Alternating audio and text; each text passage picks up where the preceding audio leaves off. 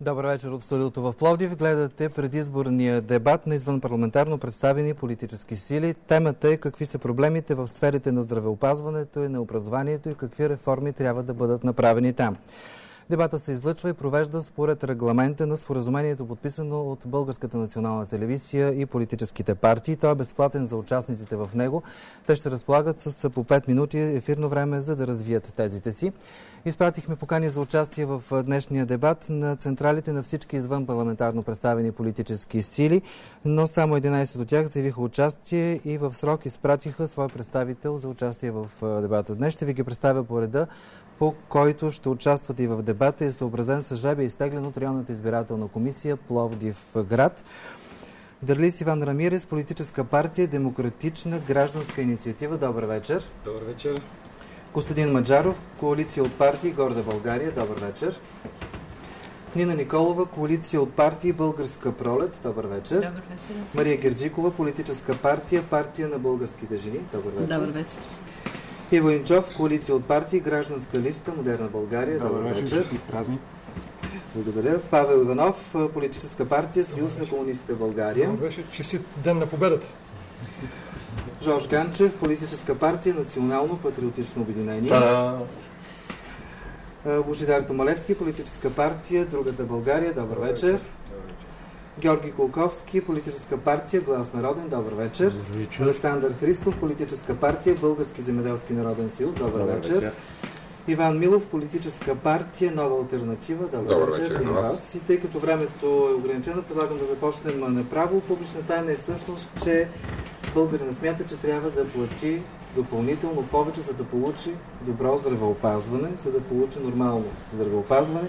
Какви решения предлагате, за да бъде преодолян този проблем? Господин Рамирес.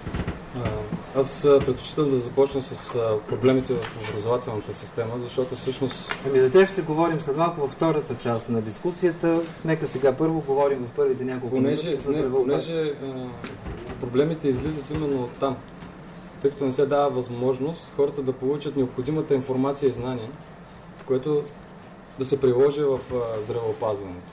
Първото, което всеки един гражданин трябва да знае как да води здравословен начин на живот. Аз бих дал пример с моите деца, които не са пили антибиотик през живота си, на всеки, който го каже, им се струва толкова невероятно. Значи те са лекувани с хомеопатия, като последната зима даже използвахме само билки и им правихме чаеве. Проблема в здравеопазването произлиза именно от това непознаването на другите методи, които могат много добре да се прилагат, които аз приложих и до този момент децата ми са жизнени и енергични и са отворени за нови познания, с интерес и любопитство познават света около себе си.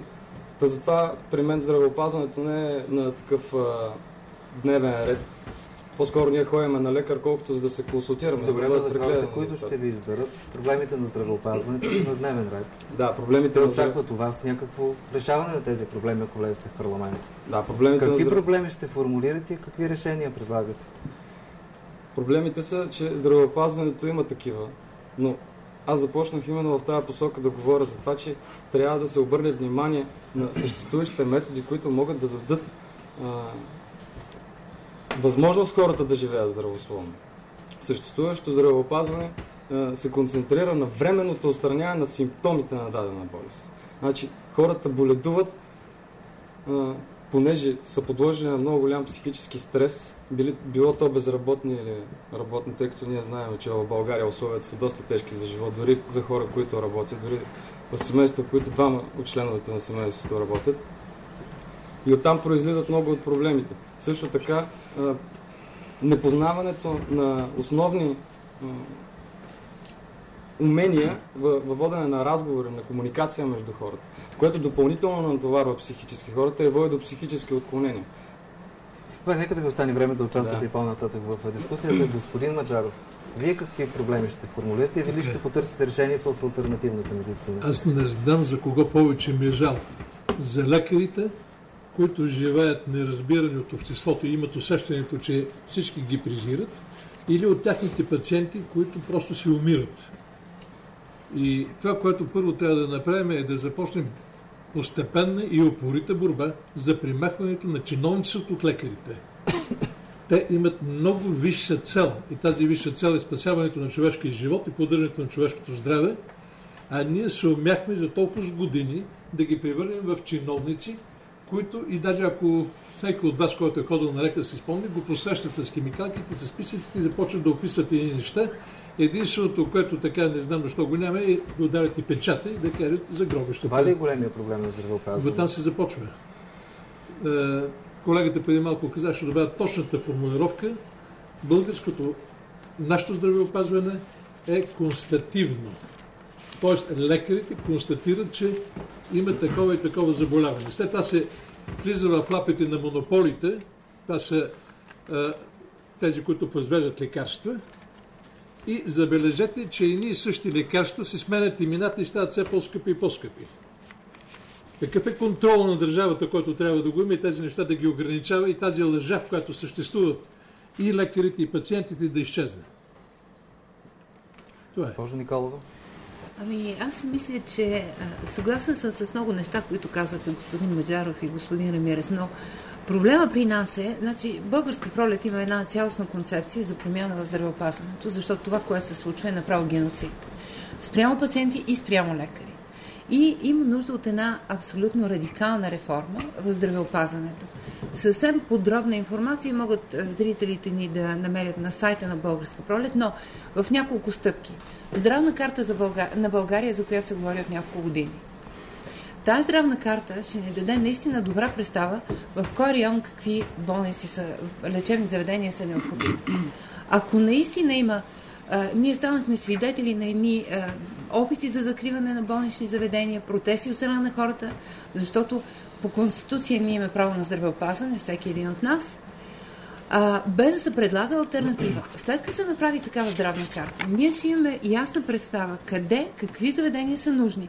Там, където икономически и здравно не е обосновано наличието на болница, трябва да има ефективно съществуващ център, който бъде подпомаган от службите за бърза помощ, една супер ефективна бърза помощ. Знаете, в България ние сме едни на първите места по сърдечно-съдови заболявания, както и по инсулти. При тях има така наречения първи златен час при тези заболявания. Ако не се реагира, край. Значи, ние трябва да се намесим именно тук. Ефективна бърза помощ, било с хеликоптери. Времето ни е ограничено, много мога да кажа по темата. Второто, което трябва да се направи. След тази здравна карта. Съществуване на премахване на монопол на здравната каса. Трябва да има няколко здравни каси, за да могат хората да имат право на избор. И това, което започнаха сега да правят електронната здравна карта. Но тази електронна карта, ние в крайна сметка няма да открием топлата вода. Тази електронна здравна карта да бъде подобно на това, което го има в Испания, което го има в много западноевропейски страни. С натрупване и примерно дори след време човек да има възможност, ако да кажем на 50-60 години човек е здрав, не използва своите натрупани кредити, да може да ги използва целево, примерно за свой близък да ги дари или наистина да бъде ефективно. Това са основните стъпки. Госпожо Герджикова, вие какви проблеми формулирате и решения предлагате? До тук доста, така да се каже, се припокриват моите представи с тези на колегите ми. Аз бих добавила, евентуално, тъй като ние сме абсолютно социална партия, която се бори, така да се каже, за доброто, за бъдещето на нашите деца, затова бих добавила следното. Ние искаме абсолютно безплатно лечение на децата до 10 годишна възраст. С лекарства, с лекарска помощ и така нататък. Абсолютно безплатно. Държавата може ли да си го позволи? Аз смятам, че има от какво да се намалят, да се орежат някои неща. Всичко може да се позволи. Защото, нали знаете, ако цветът на нацията започва хилаво, едно растение, ако започва хилаво, то ще се расте така и в парламента, госпожо. Ако фърлите семена от арпаджик, не може да очаквате словацки лалета. Абсолютно. За това ние сме за това нашите деца да получават до 10 годишна възраст абсолютно безплатно лечение. Освен децата, нека и инвалидите, нека и пенсионерите също, и там има какво да се помисли, има какво да се направи като реформа в нашето здравеопазване. Господин Джов, да чуем вас. Сега днес е 9 май, знаков ден, Денят на Европа, и това е повод да помислим, да направим една равносметка, както ние си говорим в гражданска листа Модерна България, която се явява с номер 9 в бюлетината. Какво качество на живота имат българските граждани? Получават ли адекватно здравеопазване? Получават ли качествено образование? Със сигурност през всичките години на прехода партиите на прехода направиха така, че да бъдат суспендирани онези членове в Конституцията, които действително гарантират тези права на българските граждани. Как могат да бъдат променени нещата? Как да се промени ситуацията? Ами много лесно е да се увеличи делът за образование и за здравеопазване в брутният вътрешен продукт, но това няма да промени нещата. Много лесно да се направят промислени стратегии, да се измислят политики, обаче пак няма да се променят нещата, ако няма да се стъпи на 3 принципа, които ние предлагаме. Първият е прозрачност, вторият е отчетност и третият е граждански контрол. Със сигурност трябва да започнем с това, което създава най-много проблеми. Моделът, по който функционира здравноосигурителната каса. Спор няма, ние в гражданска листа Модерна България считаме, че трябва да бъде либерализиран този пазар, този сектор и тя да има конкурентни играчи. Обаче, докато бъде либерализиран, какво трябва да се случи? Първо, здравната каса трябва да бъде поставена под светлината на прожекторите и под граждански контрол. Изборът на директор на здравната каса трябва да става след широки обществени дискусии. Потребителските и пациентските организации, отделни неправителствени организации и граждани трябва да имат право да участват в парламентарния контрол, техният глас да се чува, когато се касае дейността на здравноосигурителната каса. Нейните дейности трябва да бъдат публично осветени, да бъдат в интернет, всички решения, всички методики, по които се формират цените на лекарствата. Въобще, казахме, публичен и граждански контрол за здравноосигурителната каса. Освен това, спиране на нейното източване, т.е. една порочна практика при ГЕРБ, когато имаше да се прехвърлят пари от касата, т.е. на здравноосигурените, към бюджета, от което да се облагодетелства Здравното министерство. Също така касата се източваше чрез субсидиране на високи цени на лекарства в интерес на фирми, собственост на известни всички нам олигарси и за лукс на самият монополист. Безумни сгради, коли, обзавеждане и други подобни. На тези практики трябва да се сложи край, за да може здравните грижи да ходят при хората, а не хората да ходят при здравните грижи. Нека да ви остане време за останалия разговор. Господин Иванов, как здравеопазването може да стане по-достъпно и по-ефективно? Аз също искам да поздравя всички, само че с Деня на победата.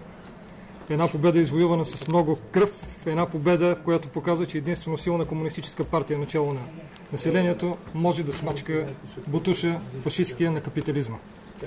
От тук нататък, ако трябва да говорим, нека да не забравяме, че на тези избори единствено комунистическата партия представлява лявата политика, Съюза на комунистите с номер 45, в сравнение с абсолютно всички парламентарни или извън парламентарни партии. Всички други говорят за капитализъм и за реформи и за либерализация. Няма как населението да получи адекватни здравни грижи, при положение, че пазар е абсолютно разбит. И това, което се говори, че Министерството взимало пари, че имало източване, нека си няма източване. Явно някой не знае как функционира държавата. Пари няма, защото действително те се насочват към частната фармацевтична промишленост, насочват се към частните структури в здравеопазването. Ние имаме категорично и радикално решение. И това е, както беше преди 1989 година, когато живота беше с 10 години повече средно на човек, отколкото в момента, здравеопазването да бъде функция на държавата и на бюджета. Това е единственото нещо, което трябва да бъде заложено от самото начало. Гражданите да имат безплатен достъп до здравеопазване, гражданите да могат да решават своите проблеми с болести, с развитие, с имунизации, единствено на базата на един здравен пакет, който да им дава право на лечение, а не да се опитваме да им подхвърляме един зъб на година или платен достъп до някакво GP, което да насочва наляво или надясно. Имахме перфектна система преди 1989 година в здравеопазването и това никой не може да оспори. Държим сега господин Жорж Ганчев. Благодаря. Първо, Дена на победата е нещо страхотно важно за хората от моята генерация. Победата над нацистска Германия, Италия и Япония. Второ, най-великите професии здравеопазване и учителите, които дават щафетата за бъдещето на нашите деца. Лекари и учители, две от най-великите професии. И двете страдат. И двете са зле платени и оттам започва вече липсата на предварителна подготовка, за да не се стигне до тия тежки заболявания, да не загубиме толкова сънародници толкова рано в живота. Превентивната стъпка трябва да е една от най-важните в момента. Сегашният министър на здравеопазването е един от доайените на военна болница. Аз му се покланям и се моля Богу и в следващото правителство той да намери място. Ето, давам ви един пример за един извисен човек, който трябва да бъде подкрепен. Колегите казаха много думи, не искам платитуди да повтарям. Искам само да ви кажа, че хората, които се обогатиха чрез лекарствата и лекарствения бизнес, са толкова виновни за състоянието на неплатежоспособност на нашите баби, дядовци, бащи и майки, тогава, когато те си напускат този свят умерзени и да не могат да си позволят лукса да си купат лекарства. И никаква каса не ги спасява. Много с тежко сърце го казвам това и ще дам на колегите възможност да продължат по темата. Господин Томалевски, заповядайте. Добър ден или добър вечер. Има три Българии. България на подслушваните и управляваните, България на подслушващите и управляващите, има и една друга България.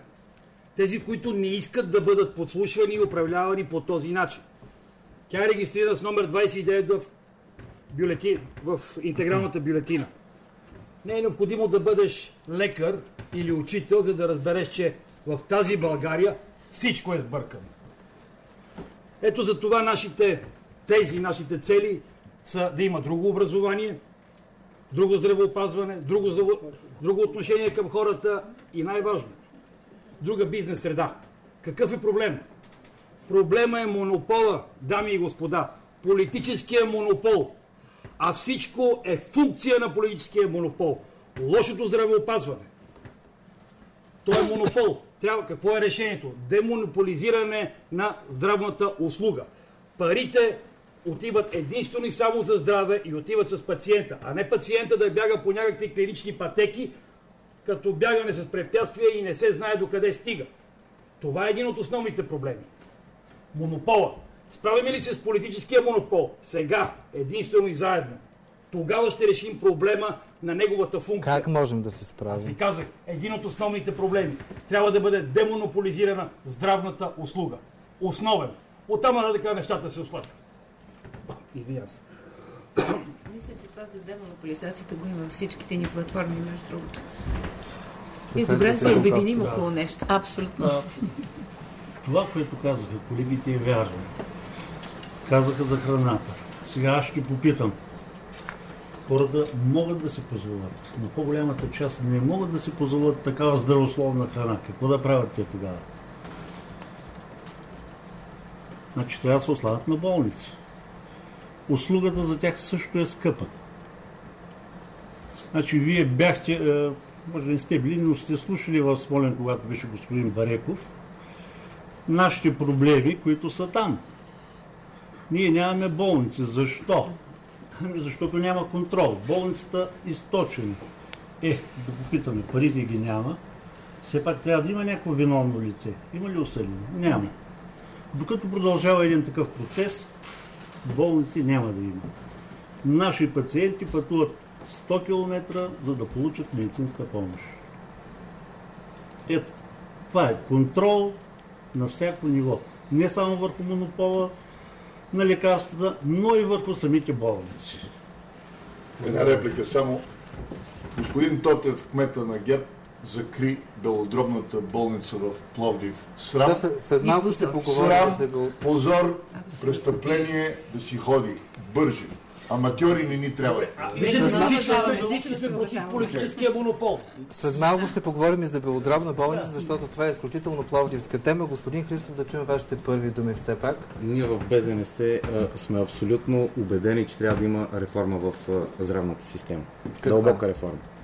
И тук колегите казаха доста от нещата, които ние ги виждаме, ще ги повторя, нали, за да за да си кажем това, Кажете което пък виждаме. това, където се различавате с тях. Искаме, наистина, говорихме за това, кой трябва да доплаща, кой не трябва да доплаща, нали, кой каква трябва здравна помощ да има. В момента, например, безработните са здравно неосигурени. Тези хора как могат да получат здравна помощ? Ние настояваме, ще искаме и тези хора, и всички хора да могат да получат достъп до здравната помощ. Спешната помощ да бъде увеличена и да бъде близо до хората. Ще настояваме, разбира се, лекарствата, това, което каза колежката, лекарствата да бъдат за децата абсолютно безплатни до 10 годишна възраст. Абсолютно го мислиме. И понеже споменахте за здравословното хранене, единственият начин да стане здравословното хранене бързо достъпно за всички, това е да се подкрепи българското земеделие. България е екологично чиста, трябва да се подкрепят малките стопанства, малките ферми, хората да могат да произвеждат екологично чиста продукция. Така виждаме ние... Която струва скъпо. Не, достатъчно европейски проекти по този повод. Господин Милов, да чуем и вашите първи.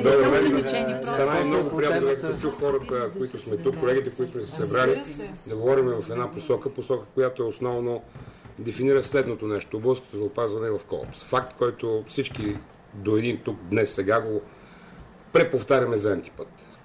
Колапс е достигнал своята максимална величина, от тук нататък следва единствено само разпад.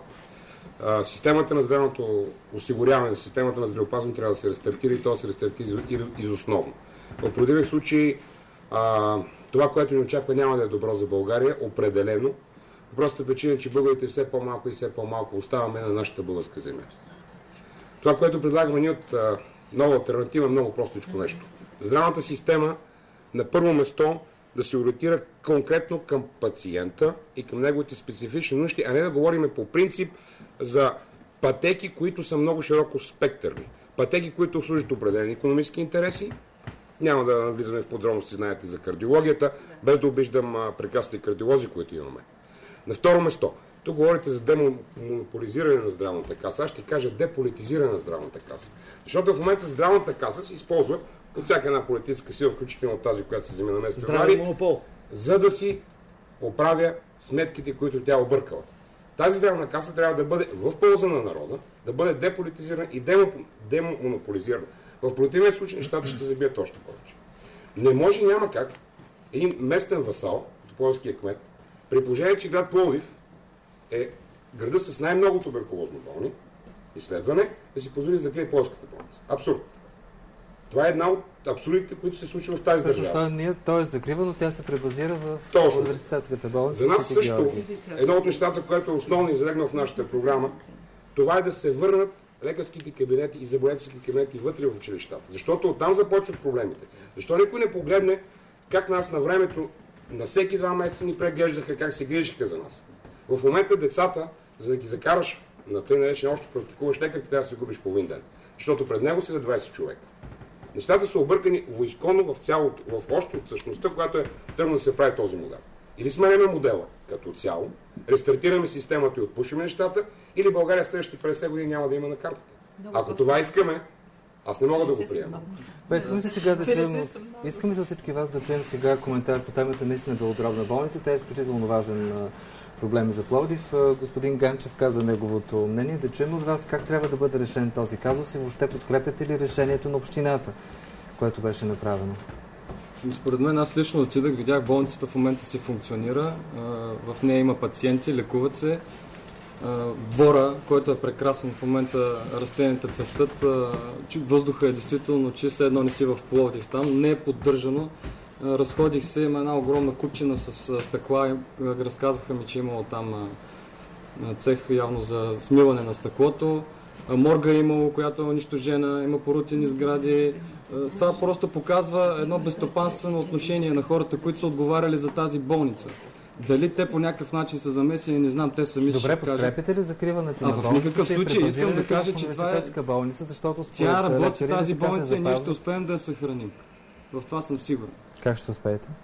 ще се преразгледат тия стъпки, които са предприели господин Тотев и хората, които са подкрепили закриването или продаването на тази болница или там каквито цели имат. И да се, както казаха вече колегите, има достатъчно болни, тая болница трябва да съществува. Това го е доказала статистиката. Какво повече да говорим? Значи такива решения не могат да се взимат, защото някой мисли така, на нечие мнение. Аз мога ли да попитам нещо? Вече няма ред, заповядайте. Искам да добавя твоето думи, между другото. Когато говориш за политически монополи, всъщност политически монопол няма. Базата, икономиката създава монополи, а политиците се кефат и използват тези монополи за лични. В момента имаме такъв случай. И девиза долу монополите и това е решението. Да. Малко не съм съгласен с вас. Аз мисля, че всички монополи, включително и икономическия, е функция на политическия монопол.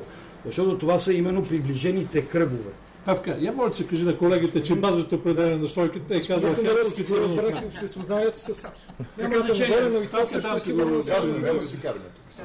Не се караме. Въпросът е следно. Малко време за да се мисля, че трябва да стане ясно. Да, наистина има малко време. Нещото, което една държава, както и образованието, трябва да бъдат преференциално, да имаме преференциално отношение от страна на държавата. Няма как да вкараме частен бизнес там. Няма как да вкараме нито в образование, нито в здравеопазване. В момента, в който почнем да продаваме и здравеопазването, и образованието, както стана, започнаха лантежите и опитите за кражба. Добре, как се оправят тия хора в цял свят? Малко ще се върнем на национализацията и демонополизацията. Да се допитат до хората. Нека сега само да изчерпим темата за белодробна болница, защото тя наистина е важна за пловдивчани. Заповядайте. Само няколко думи. Най-странното е, че пловдивския васал, аз така го наричам, господин Тотев, взима това решение, без да го съгласува с Министерството на здравеопазването. Министерството на здравеопазването не се съгласява с закриването на Пловдивската болница, говорим белодробна болница, и въпреки това, навито веднъж на пръста на господин Тотев, той решава да я закрие, да я премахне.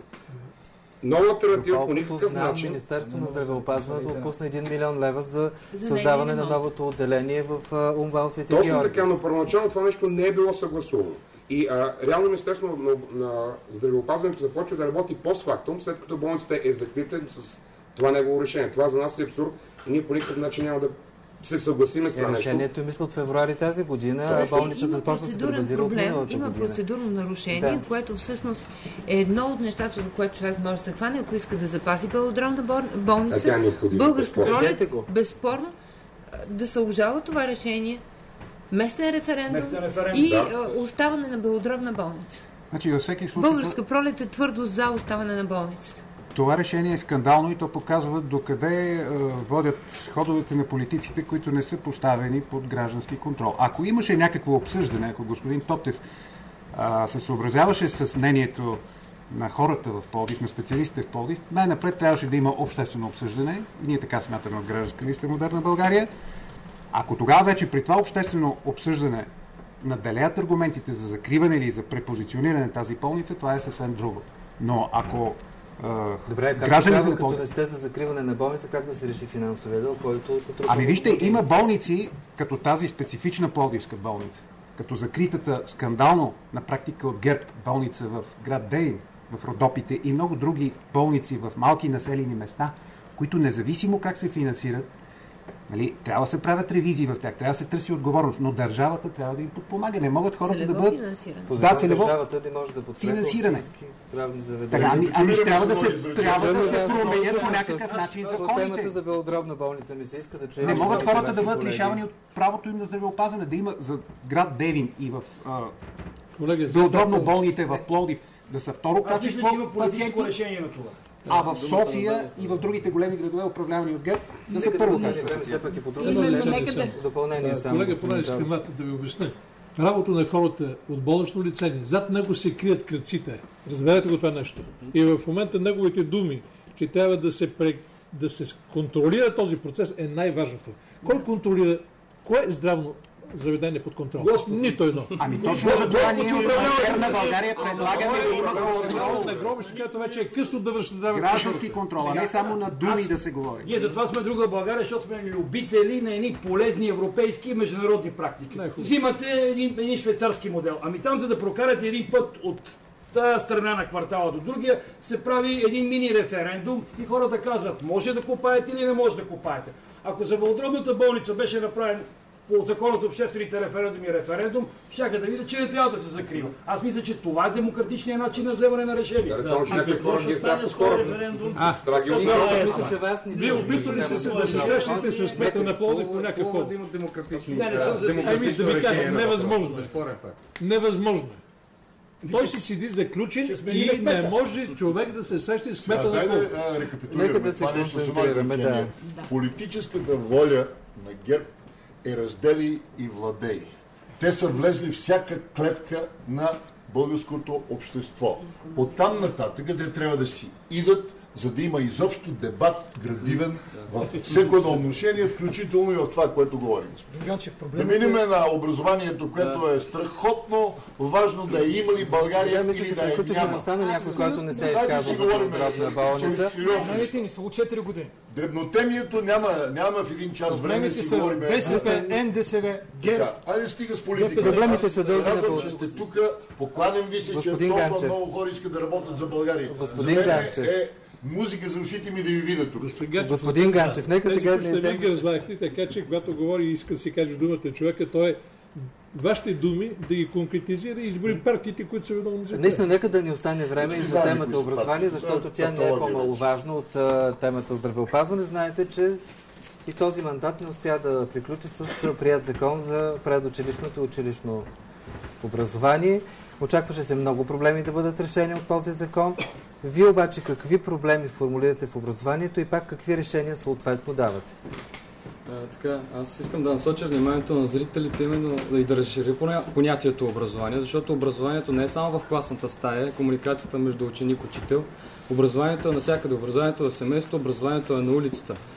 Ние не можем да оставим по толкова елементарен начин комуникация учител-ученик и да разчитаме, че тези хора ще се развиват стабилно. Значи, на свой гръб съм го усетил, в съществуващата образователна система не се набляга на аналитичното мислене и в последствие методични действия.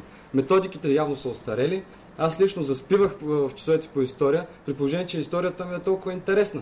Но тази история, която се преподава, и явно не се преподава в моментите или другото, което е... Нека да не влизаме в конкретика, извинявам се. Да, не, понеже ще оставих... Разбирам, но това е нещо, което това е моята, така да се каже, област и затова предпочитам аз, затова си оставих повече време за това. Значи, конкретно, ние имаме предложение по отношение на децата за предучилищна възраст, имаме конкретни предложения. Значи, това е децата пак до 10 годишна възраст, т.е. началния курс, да бъдат с абсолютно целодневна програма, т.е. целодневно обучение. За една от причините е тази да освободим майките от този ангажимент, защото това е много голям проблем на майките. Освен това, децата трябва повече време да прекарват в училище, за да свикнат с този, така да се каже, с тази среда, с тази атмосфера и затова децата е добре да бъдат от сутринта до вечерта. Съответно, пак безплатно, абсолютно безплатна издръжка на децата. Защото тези закуски в 10 часа, които по някой път се ограничават с едно сокче, така с много ГМО и така да се каже отцветители, това не е това, което трябва на нашите деца. Това ваше предложение предвижда ли увеличаване на средствата за образование, които се заделят? Разбира се. Да, хубавите неща. Откъде и за чия сметка? За кое перо в бюджета? Ами вижте, всички имаме деца. Значи трябва да помислим откъде. Ако в момента не мога да кажа нещо, което нито е в моите прерогативи, нито е в моите възможности да решавам този въпрос в момента. Но ние искаме това, защото всички ние сме майки, бащи и така да се казва. Ако бъдете избран за народен представител, все пак от вас ще се очаква конкретно да кажете откъде да дойдат средства. Разбира се, но прекалено малко е времето да се конкретизирам, да ви кажа. Затова съвсем в телеграфен стил казвам какво имаме предвид да се направи за децата ни. Освен това, много е важно, изключително е важно летните училища за децата. Знаете ли колко е трудно на майките през лятото децата, къде да бъдат децата? Няма пионерски лагери, както едно време, нали, далеч съм от мисълта да направим пионерски лагери, но няма лагери за нашите деца. Къде мислите, че децата прекарат времето си? Тия, да речем, които имат баби, окей, при бабите. А другите къде са? Майките? Пред компютрите, обаче знаете ли какво? Оттам нататък. Здравеопазването и така, децата, очи, изкривявания на гръбначния стълб и така нататък. Просто трябва да се помисли. Господин Маджаров, заповядайте. Не, господина първо, нека да спасим. Ще ми прощава колегата от БЗНС, аз се занимавам с земеделие и там нещата, които се случват и образованието, което се получава, са така малко миришат на психиатрично заведение. Сега с удоволствие мога да ви рецитирам Пушкин на руски. Например, Евгений, добри мой приятел, родил се на брегах Нива и така нататък. Защо ще караме едно ромче да учи Пушкин на руски? Това е образователната система, която е застинала на комплексите, които българското население има в сравнение с другите европейски държави от преди 50 години. Във Франция като модел за хората, които са в земеделието или на фермичките, има семейни училища, те са тища във Франция, които се профилират според типа на земеделието в съответната област. 2 дена в седмицата учат писане, смятане, общообразователните, които ги правят жители на тази планета. Останалите 5 дена са и на полето, но това е една система, в която родителите подписват декларации, че са съгласни, защото те са малолетни и не трябва да се смята, че това е експлоатация на детски труд. Дечицата получават и някакви невисоки възнаграждения, парички да си имат в джоба, за да бъдат хора. Тази система, миналата седмица имаше по мен една делегация от Франция и сключихме договор, ще се опитаме да я вкараме в България, тъй като Световната банка ми възложи да създам в Пловдив агротехнопарка. И първото нещо на тази структура ще бъде въвеждането на това семейно... Нека 30 секунди за финални думи все пак в... Госпожо Николова, ваш ред. Аз съм много съгласна с господин, това, което казва господин Маджаров. Се опитам да го... В нашата програма е формулирано така как да кажа, научно. Аз съм учител по професия и по душа, бих казала. Много си обичам професията. Образованието ни се нуждае много плачевно от реформа. По отношение на парите всичко е въпрос на икономика и на мениджмънт. Основата на нашата, въобще името на нашата платформа на Българска пролет е икономиката българино. С една добре организирана икономика нещата наистина могат да тръгнат в друга насока. Има много други източници, от които могат да съкратят пари. Нали? Смешно е, че БАН получава 50 милиона субсидии, за СРС-то отиват 100. Но няма да навлизам в този популизъм. По отношение на образованието, целодневно образование в начален курс. Образование на дуалната система, която е залегнала навсякъде в Европа, за която говори господин Маджаров. Задължително до 10 клас. Оттам насетне, който има академични интереси, остава още 2 години. Тези, които нямат, в един момент наистина осъзнават, че те имат нужда от професия. Именно тук се намесва дуалното образование, което представлява примерно дали ще е организирано от браншови професионални центрове, както е в Германия, например, в Испания, в Англия, от колежи по същия начин става. Но това може да стане само при работеща икономика, естествено. 3 години обучение, в които имат един модул теория, останалото им е практика и стават специалисти. Господин Инджов, Вас съгласни ли сте с това, което чухте до момента, като очертани проблеми това в образованието? Са важни неща, които са известни проблемите, но ако не се смени подхода, те няма да могат да работят. Първо бих искал да кажа, че не е вярно, че няма пари за образование и за здравеопазване. Напротив, има. Въпросът е как се харчат парите на държавата, т.е. на всеки един данъкоплатец. Ние в гражданска листа Модерна България изчислихме, че 600 милиона лева от бюджета могат да се преразпределят много лесно. Това са 200 милиона лева, които отиват за партийни субсидии в един 4 годишен период. Да ги зачеркнем. 400 милиона отиват за подслушване. Това става общо 600 милиона. Тези 600 милиона, например, могат да отидат да се увеличат двукратно средствата за клинични пътеки. Тук се връща на темата за здравеопазване. Да. Но по същия начин може да се процедира и по отношение на образованието. Трябва да се гарантира задължително право на всяко едно дете да посещава детска градина. Нека да ви остане секунди за финални думи все пак. Така, след това учебниците трябва да се пишат от учители, а не от професори, които да си делят парите помежду си. И други полезни неща могат да се направят. Съюза на комунистите се явява с номер 45 на тези избори. Имаме много ясно и конкретно виждане, след като имаме 25% неграмотни за 23 години, след като имаме 64% функционално неграмотни ученици. Искаме напълно безплатна държавна система на професионално и нормално образование. Искаме безплатни детски градини и ясли и ще работим в тази посока. Искаме и предоставяне на безплатни жилища и храна на студенти и ученици, които живеят в общежитията, на тези, които не могат да си намерят места в общежитията, държавата да задели по 100 лева. Знаем откъде да вземем парите, знаем как да редуцираме. Откъде, кажете? След национализация на структуроопределящите предприятия в страната. Категорично удържавяване, което да може да създава фондове. Добре, грамотността как може да бъде подобрена на учениците? Знаете за изследването ПИЗА? Грамотността е функция на работата както на учителите, така и на ценностите, които трябва да притежават учениците. Учениците нямат ценности, защото в тази държава всичко се купува и се продава. А това не може да бъде ценност. Това е ценност само за една пазарна икономика. Ние искаме планиране отгоре до долу. Господин планиране отгоре до долу. 5 или 6 пъти питахте откъде ще дойдат парите. Важно е. Ето отговарям ви аз така, за, може би от името на колегите.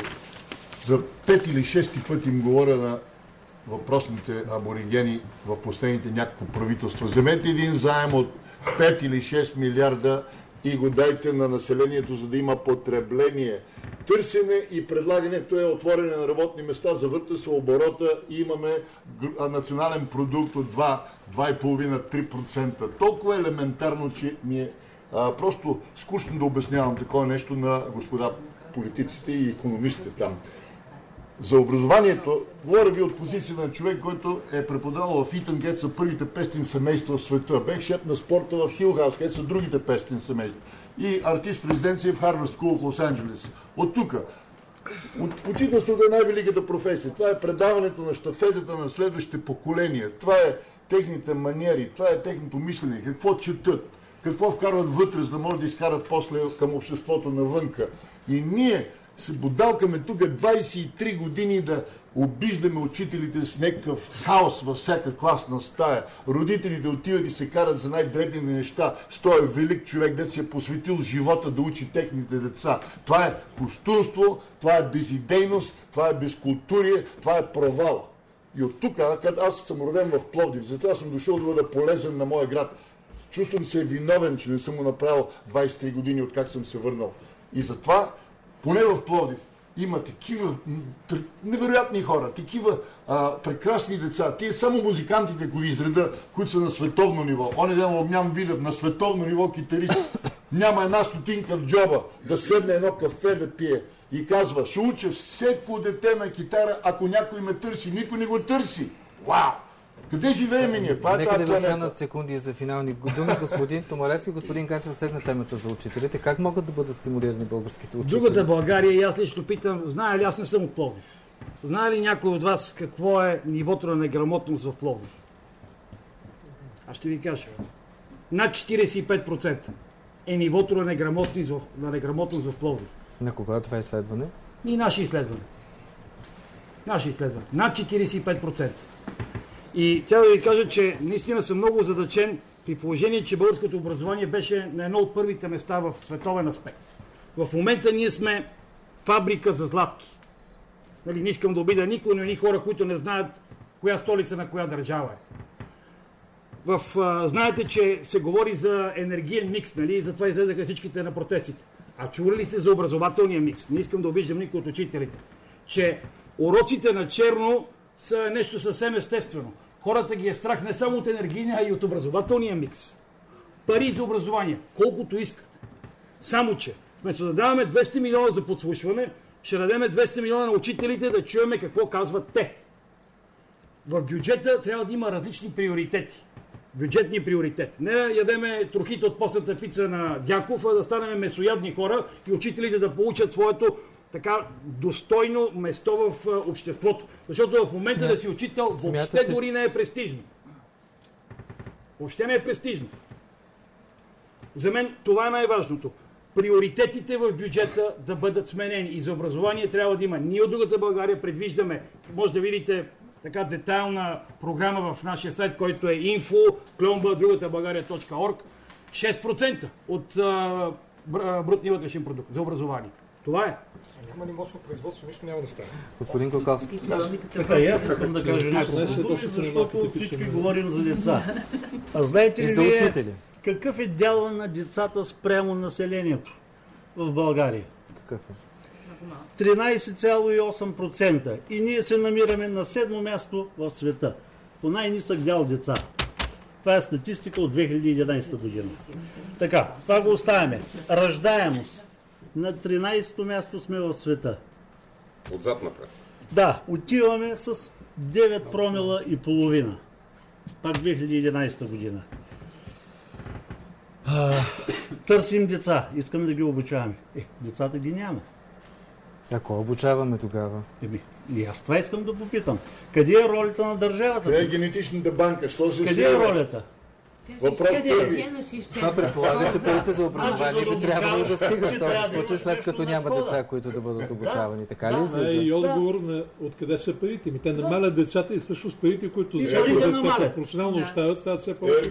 Така, тази година ще завършат 60 хиляди деца, които са евентуално кандидати за висше образование. Да видим държавата как е определила квотите за образованието. Това е едно. Второто, да погледнем тогава и специалностите. Така, 2012 година 284 хиляди студента, от тях 24% учат стопански науки и администрация. В момента има 80 хиляди безработни икономисти. За какво говорим? Така, най-малко желаещи ветеринарна медицина, математика и статистика. Точно 1%. Тоест, къде са земеделските училища на една земеделска държава? Да. Много искам да попитам. Така, другото, което е. Вие знаете ли, че 14 200 деца са напуснали образователната система? Не знаете. Така. Къде са парите, които са за тях? Ето това е интересно. Има ги някъде. Добре, но нека сега формулирайте конкретно. Добре, кажете как това да бъде решено. Тези проблеми, за които говорите. Държавата трябва да си влезе в функцията. Тоест, иска планиране.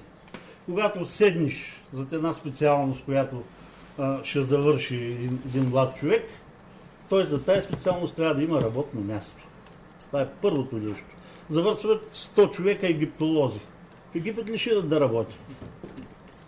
Абсолютно. Или мога да кажа един мой доцент Масларов, който казва: много лесно се оправя това нещо. Взема списъка с специалностите и гледаш такава специалност. Вземаш регистъра с професиите, няма такова нещо. Слагаш чертата.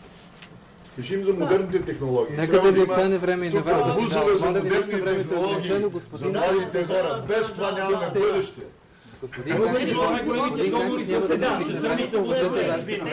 Така, специалистите бягат. Една минутка да завърши искам. Няма да ви остане да завършите на финала. Една минутка. Господин Христов, заповядайте. Чухте много мнения. Да, много мнения, много нещо. Говориме за образование, говориме за висшистите къде ще отидат, нали, къде ще учат висше образование, но наистина трябва да има професионално образование по професии. Няма занаятчи, няма занаяти, няма земеделско образование наистина и затова няма как да има българско земеделие. Не може в България да се внасят 90% от продукцията земеделска. 83%. Не може, това не може да е редно. Значи, трябва да се наблегне върху образованието, върху професионалното образование, върху земеделското образование, върху животновъдството, върху млекопреработвателната промишленост. Всичко това трябва да бъде направено в училищата да се учи, за да може хората да имат право на избор. В момента се завършва предимно гимназия и после висше образование. Всичките ще стават професори. Добре, как могат да бъдат стимулирани от професионални, да имат желание да професионални училища? Значи, училищата, гимназиите трябва да имат професионални паралелки. 2 годишни. Задължително да се завърши професионално. Не е задължително да е задължително. Нали, аз съм завършил една система, ако знаете, на Сендов, Сендовската система. Тя беше с маркетинг и менеджмент колеж по английска система, която имаше идеята да бъде паралелно със средното образование. Така че идеята въобще не е да е задължително. Средното образование си върви, завършва се и в последните класове, в които се учат по-малко предмети академични, за хора, които няма да стават професори, могат да започнат с много практика и с много, много интересно обучение, практическо и да бъде приятно, могат да бъдат обучавани и да стават професионалисти в занаяти, в професии. Да, но няма да знаеш Пушкин на руски. Ами, аз мисля, че не е задължително да знаеш чак до такава степен, нали, в кой град колко население има. Това мисля, че не ни интересува. Това, за което говорите, е точно тази дуална система. За санкцията на чуждите стоки от земеделието, които държавата трябва да спре да санкционира и българското производство земеделие. Господин Ганчев, няма да ви остане време за финала и нека се концентрираме по темата образование. Земеделие, което 20 фирми държат 80%. Нека да ни остане време, господин Милов. Благодаря ви. Спорът е много интересен. Радвам се, че всичко, което сме изложени в нашата програма, го чувам тук от колегите, което означава, че се мисли в една посока. Само ще ви кажа една максима. Не ви чух, извинявайте. Да гласувате с 36. Да, с номерно, защото всичко това, което казвате, сме го записали в нашата програма. Само ще ви кажа, че има една стара максима, която се използва много добре в България. Тя е: ако искаш да сринеш една държава, ако искаш да унищожиш, просто заложи бомби в нейното образование. Факт. Образованието от 23 години до ден днешен върви само в кривата надолу. Защо? Защото всеки, който се смени на 4 години, прави едно единствено нещо. Иска да вземе максимален брой финансови средства от образованието, да ги сложи в собствения си джоб. Как? Почваме да пишем различни учебници. Това е супер. И сменяме учебниците. Сменяме учебниците на 4 години. Казваме как държавата трябва... Аз съм нали казахме, че трябва да се... Нали до сега казахме, че трябва да се смени учебния план в себе? Не, аз имам предвид друго. В момента, според нас, отново алтернатива, на първо место трябва да се прави оценка какво е състоянието в момента на образованието. Плачевно. Но това трябва да го направи някой друг. А учителите и експертите в Министерството на образованието. А не велики умове, както казаха тук колегите, които сядат, пишат ни учебници и издават ги, прибирате ни хора. И никой не ги чете. На второ място. Няма смисъл отново в България да открием топлата вода. Топлата вода е открита. Има толкова добри европейски практики, които трябва да се използват. А именно, който иска да се развива професионално, да има възможност да влезе в професионален колеж. Този професионален колеж да бъде тясно свързан с бизнеса. Съответно, човека излизайки от този професионален колеж да може да се реализира на пазара на труда. А не да произвеждаме, както казахте вие, 100 египтолози да се чуем къде ги сложим. На трето место. Излизайки от университета, хората да имат възможност да избират дали да продължат своето образование като магистри или да останат в реалния бизнес и да започнат да въртат.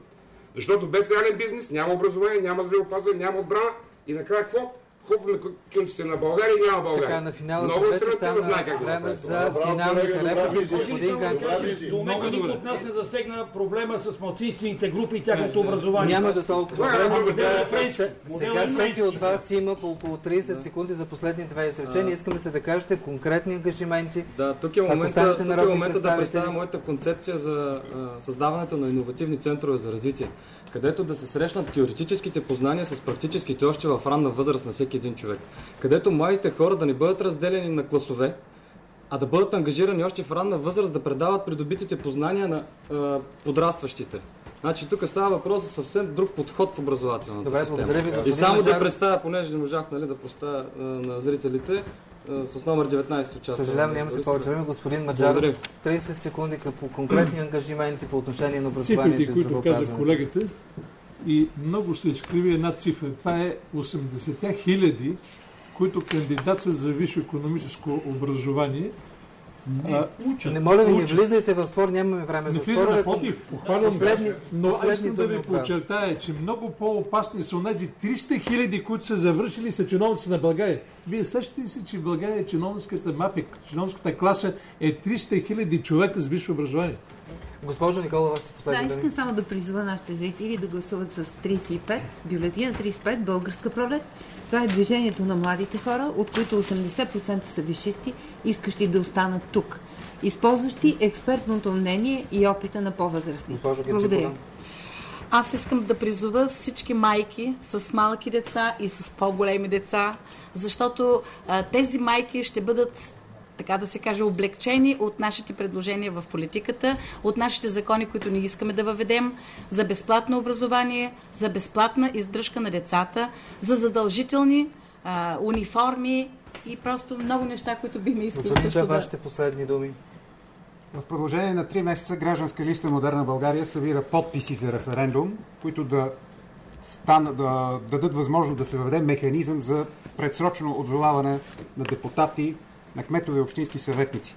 Когато внесем тази подписка в парламента, ще стане възможно такива провалени управници, като кмета на Пловдив Иван Тотев, с съответната инициатива да бъдат подлагани на такъв механизъм и гражданите да кажат, те могат ли да бъдат отзовавани или да ги потвърдят в тяхната служба. Затова гласувайте с номер 9 на 12 май. Господин Иванов, вашите последни думи. Ние като комунисти предлагаме неща, които сме правили. Ликвидиране на безработицата, повишаване на грамотността на 100%, най-малко 80 години продължителност на живота. С номер 45, както управлявахме 45 години, така знаем как да изкараме България от кризата. Господин Ганчев, много кратко ще ви помоля. Раззвучат вечни хора до тук. Много кратко последни думи към нашите зрители. 23 е бюлетината на Патриотично обединение Българино. Пловдив и Пловдив област. Гласувайте по съвест. Не обръщайте внимание на Жорж Ганчев, ако не вярвате в него. И искам само да допълна, че не може и не трябва да има млади хора завоювали дипломи, които нямат тъждествена заплата спрямо тая велика диплома, изстрадала от баба, дядо, баща и майка и залъка им. Добре, благодаря ви, господин Томалевски. От всички вас чух, че искате България да бъде друга. Единствено и само сега, гласувайки с номер 29, можем да направим България друга, с друго здравеопазване, друго образование, друга бизнес среда. За друга България с номер 29. Господин Колковски, вашите последни думи. Аз искам да кажа, нашата платформа се намира на нашия сайт glasnarоден.bg. Ако имате желание, погледнете. Не казвам гласувайте за нас, гласувайте умно. Мислете, когато гласувате. Глас народен, глас Божи. Ние сме от народа и в момента сме сред народа в Пловдив. Благодаря ви, митинга ни е отпред. Ще ви призова да изберете българското, да изберете здравия български разум от БЗНС с 38 номер на бюлетината и конкретно ще поемем ангажимент да създадем центрове, които да помагат на хората, малките земеделци, да успяват да участват по програмите по Европейския съюз. Очакват се 7 милиарда да влезат в България по тези програми и трябва да имат и обикновените малките фермери да имат възможност да участват по тези програми. И последни думи от господин Милов. Аз ще призова всички българи, забравяйки за 30 секунди това, че има политически партии, да вземат своето мотивирано решение, да отидат до урните и да пуснат бюлетина номер 1. По простата причина, че по този начин те ще покажат своята гражданска позиция и ще могат след това, подкрепяйки политическа партия Нова алтернатива, да контролират това, което се случва в държавата. За силна държава, силно образование, силно здравеопазване, силна сигурност. С номер 1. Добре, благодаря на всички ви за участието в този дебат. Да кажа за 5 секунди, свършиха проблеми са ясни, на надпартийно ниво. Благодаря ви за участието на всички в този разговор. Това е финала на предизборния дебат на извън парламентарно представените политически сили от Пловдив. Останете с програмата на БНТ 2.